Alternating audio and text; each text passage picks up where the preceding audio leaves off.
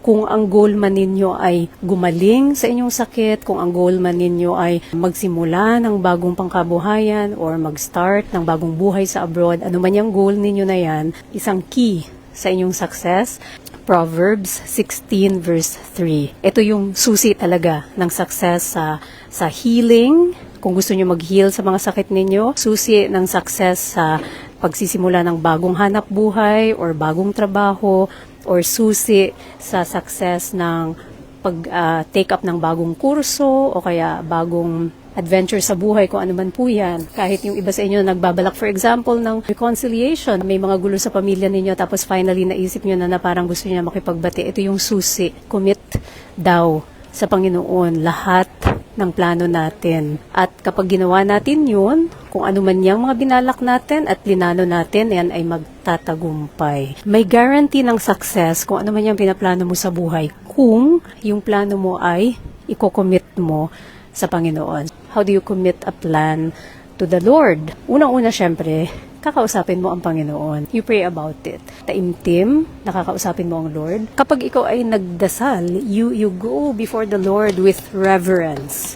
Punong-puno ka ng respeto at pagpapakumbaba kasi siya ay Diyos. So pag sinabi natin, commit your plans to the Lord, you actually go to the Lord with humble reverence, with the fear of the Lord. Fear, hindi takot, kundi yung sobra-sobra, yung iyong reverence, paggalang, pagrespeto sa Panginoon to the point na talagang ikaw ay namamangha sa kanyang pagiging Diyos. Ano po? Confess before the Lord yung laman ng puso mo, yung desire ng puso mo. Lord, gusto ko pong gumaling. Ako po ay nagdurusa dito sa aking mga nararanasang sakit. Gusto ko po, Lord, na ako po ay mawalan na nitong maintenance. Panginoon, hirap na po ako sa nararamdaman ko. Yun po yung sasabihin natin yung ano talaga yung nangyayari sa atin. Or for example, kung kayo naman ay magsisimula ng bagong negosyo, Panginoon, ako po ay nagnanais na magkaroon ng magandang buhay para sa sarili ko, para sa mga pamilya ko. Siguro kung galing kayo sa isang financial downfall, di sabihin nyo sa Panginoon. Kasi kapag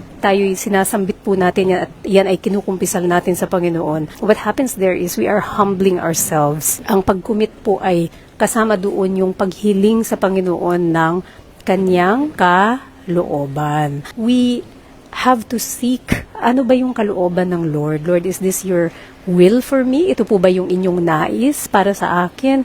Ito po bang gumaling ako, Panginoon? Ito po ba ay inyong nais para sa akin? Para mas humaba pa yung buhay ko at nang makapagsilbi pa ako sa inyo. Yung pagtatagumpay ko dito sa negosyong ito, Lord, ayon sa iyong kalooban, Panginoon, kasi nagnais po ako makatulong sa marami. Especially if you are someone who is using yung kanyang resources para lalong palawakin ang kingdom ng Panginoon, then you can state that. Kasi the more resources that you have, the more kang may capacity tumulong. Ako po naniniwala na pagtatagumpayin po yan ng Panginoon. Lalo na po talaga kung ating sinasangguni sa Kanya at talagang hinahanap natin yung Kanyang kalooban.